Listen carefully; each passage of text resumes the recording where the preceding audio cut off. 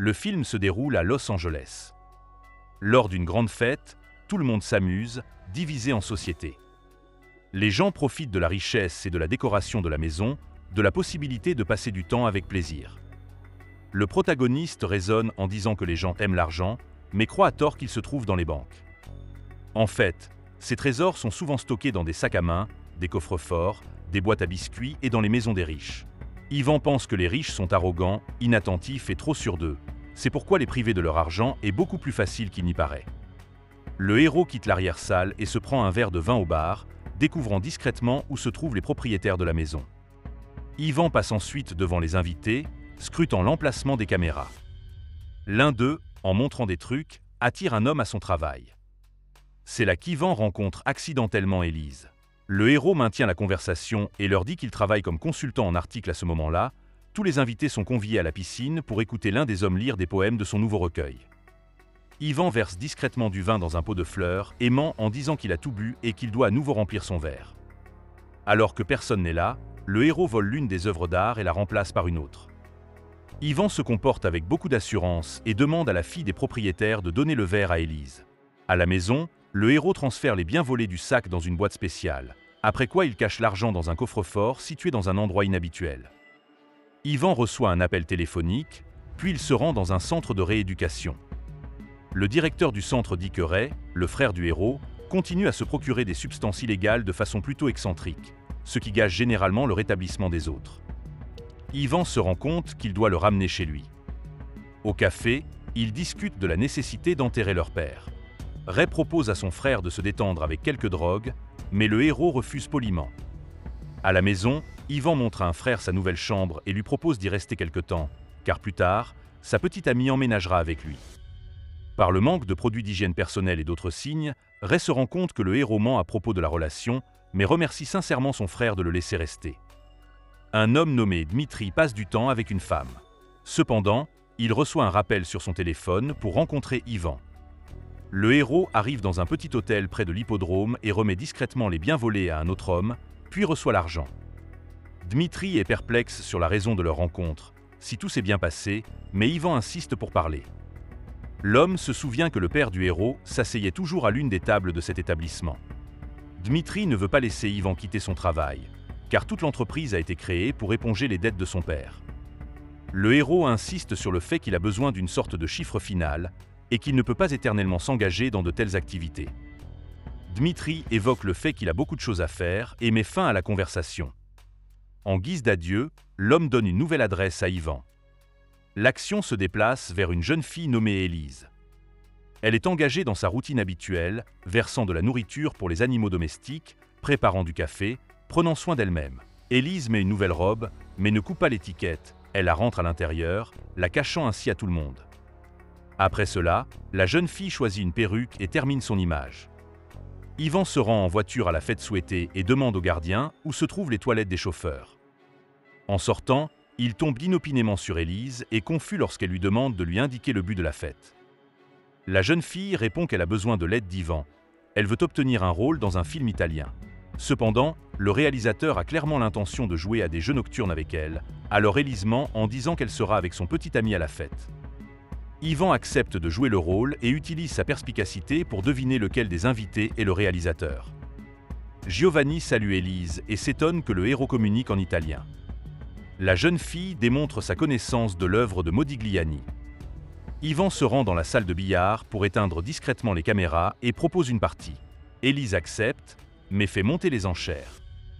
Tout en jouant, la jeune fille lui dit qu'elle veut jouer dans un film italien, car un réalisateur a ruiné sa carrière à cause de son refus de passer la nuit avec lui. Élise gagne et prend l'argent du héros, après quoi elle part avec Giovanni. Resté seul, Ivan enlève un tableau coûteux, accroche un dispositif de lestage, retire soigneusement la toile de la toile et part après avoir envoyé un message codé. Les jets sont gagnés.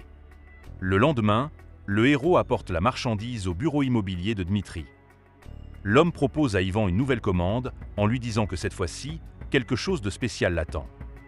Il faut voler un autoportrait d'un homme politique allemand connu pour ses attaques. Le client est un juif qui veut le brûler. Le propriétaire du tableau, John Wolfe, garde les choses allemandes d'une certaine idéologie dans une pièce spéciale. Son logement n'est aucunement gardé, seul John lui-même et ses chiens vivent dans la maison. Dmitri promet qu'après cette commande, Ivan n'en recevra plus qu'une seule, plus simple, et qu'il sera alors libre. D'ailleurs, le paiement pour cet autoportrait s'élève à 500 000.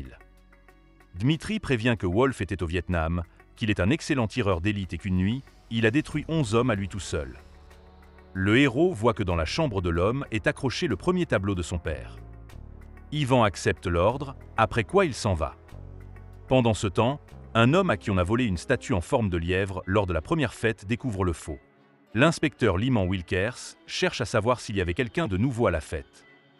Le propriétaire des antiquités nie, mais sa fille se souvient d'un type qui se tenait à côté de la statue avec un grand sac. Le détective comprend qu'il est probablement sur la piste. Dans la soirée, Wilkers reçoit un portrait du voleur. Pendant ce temps, le héros s'approche de la demeure de Wolf. Ivan attire les chiens à l'extérieur et passe dans la maison. Wolf voit que les gamelles des animaux sont pleines de nourriture et devine l'intrusion de l'étranger. L'homme ouvre sa pièce spéciale et dégaine son arme. Pendant ce temps, Ivan éparpille des objets dans la salle à manger et attire Wolf à l'extérieur à l'aide de phares de voiture allumés. L'homme se précipite sur place et le héros trouve l'autoportrait et le prend. Wolf devine qu'il a été mené, mais Ivan parvient à s'échapper. Dans la soirée, Élise appelle inopinément à la porte du héros. Ivan ne la laisse pas entrer dans l'appartement et lui propose d'aller au billard. Élise raconte ce qui est vraiment arrivé à ce réalisateur. La fille l'a non seulement refusé dans les jeux nocturnes, mais il s'avère qu'elle lui a aussi volé un pendentif qui, comme il s'est avéré, valait 250 000. Élise l'a vendu et a dépensé l'argent et doit maintenant travailler comme danseuse. Cependant, cela ne suffit pas. C'est pourquoi la jeune fille a décidé de jouer dans un film chez Giovanni. Ivan propose à Élise de jouer un rôle pour gagner de l'argent. Lorsque le héros sort dans la rue, une voiture dans laquelle se trouve un détective roule lentement derrière lui. Le matin, Ray montre un article dans le journal. Un historien de l'art est retrouvé loin de la ville avec de graves blessures. Le héros se rend compte qu'il a travaillé avec lui chez Dimitri, mais n'en dit rien à son frère. Ray équipe Ivan de l'arme de son père, au cas où, et l'avertit qu'une voiture se trouve au coin de la rue depuis le matin. Pendant ce temps, Élise essaie de gagner un peu d'argent au casino, en utilisant des méthodes pas très honnêtes. Avec eux, la jeune fille vient voir le réalisateur pour rembourser une autre partie de la dette. Pendant ce temps, Ivan arrive chez Dmitri et lui dit qu'un agent du FBI le poursuit. L'homme sort un pistolet et le héros avoue qu'il n'a pas apporté d'autoportrait pour s'assurer contre ce genre de cas. Dimitri calme Ivan en lui disant qu'il n'allait pas utiliser la force. L'homme donne une nouvelle adresse où se trouve la sculpture. Dimitri jure que lorsqu'Ivan l'apportera ainsi que l'autoportrait, il sera libéré de son travail et payé. Le héros rencontre Wilkers dans un café. Le détective lui dit qu'il veut une promotion et que pour cela, il doit connaître le nom de la personne qui organise les vols d'œuvres d'art. Sinon, menace-t-il, il trouvera des preuves plus solides contre Ivan et l'enfermera en prison. Le lendemain, le héros arrive avec Élise à l'endroit où la sculpture doit être vendue. Cependant, après avoir inspecté la maison, Ivan ne trouve rien et se rend compte qu'il est victime d'un coup monté. Non loin de là, le héros remarque la voiture du détective. Élise apprend qu'Ivan a l'intention de détruire son patron pour ne pas subir le même sort que son père et lui propose son aide.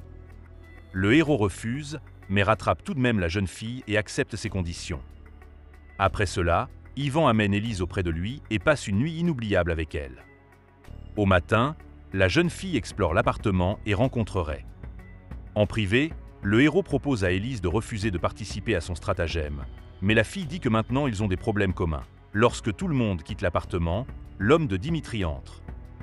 Il explore le réfrigérateur, divers placards, et trouve finalement ce qu'il cherchait, un coffre-fort.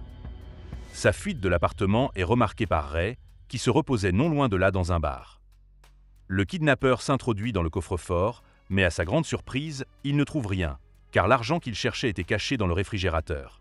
Pendant ce temps, Ivan voit Wilkers et commence à coopérer avec lui. Le détective suit à la caméra ce qui se passe dans la maison que le héros est censé cambrioler. Pendant ce temps, Élise corrige son maquillage dans les toilettes, visiblement nerveuse. La jeune fille descend au bar et s'assoit à côté de Dmitri, entamant discrètement une conversation. L'homme est fasciné par Élise et flirte avec elle. La fille se fait appeler par un autre nom et propose de faire un tour au manoir dont elle s'occupe. Dimitri accepte avec joie et monte dans la limousine. 96 minutes avant, Ivan se faufile furtivement sur le territoire de la maison.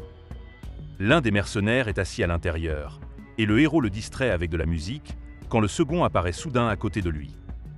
Le partenaire de Wilkers craint qu'Ivan n'ait du fil à retordre, mais le héros se débrouille avec les deux adversaires.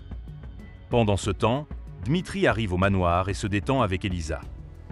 De façon inattendue, l'homme sort une arme de sa poche. Il s'avère que Dmitri a deviné que la fille essaie de l'arnaquer.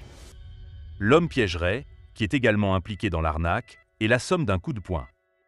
Après cela, Dmitri attrape Élise et lui dit qu'il a reçu un message au bar, ce qui signifie que le héros est fini. Cependant, le message a en fait été envoyé par Ivan lui-même, qui apparaît dans la maison et menace l'homme avec une arme. Dmitri se lève du canapé, boit du vin et sort lui aussi une arme, menaçant Élise. Ivan laisse doucement entendre à Dmitri que le vin pourrait avoir un goût très différent des autres.